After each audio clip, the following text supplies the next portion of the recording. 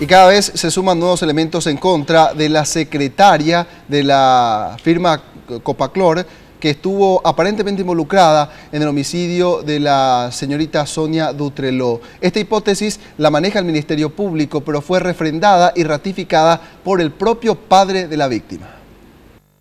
El caso de Sonia Dutreló, asesinada con 33 puñaladas en la mañana de este lunes, cobra un nuevo giro, ya que ahora la secretaria de Copaclor, Celia Maidana, pasa de ser testigo del hecho a posible cómplice, principalmente por varias incongruencias en sus declaraciones, según afirmó el padre de la víctima, Raúl Dutreló. Uno de los principales puntos que hace sospechar a la policía es que en el baño donde supuestamente fue encontrada Maidana habían rastros de sangre, cuando la secretaria había dicho que solo la encerraron en el lugar.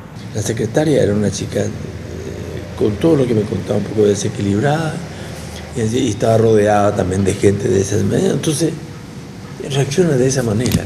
Además, el hecho de haber abierto la puerta a un supuesto cobrador. Es que los cobradores no te tocan el timbre. Lo que te llevan la factura, el que le lleva la factura en tu casa, toca el timbre alguna vez, te dejan nomás la factura ahí.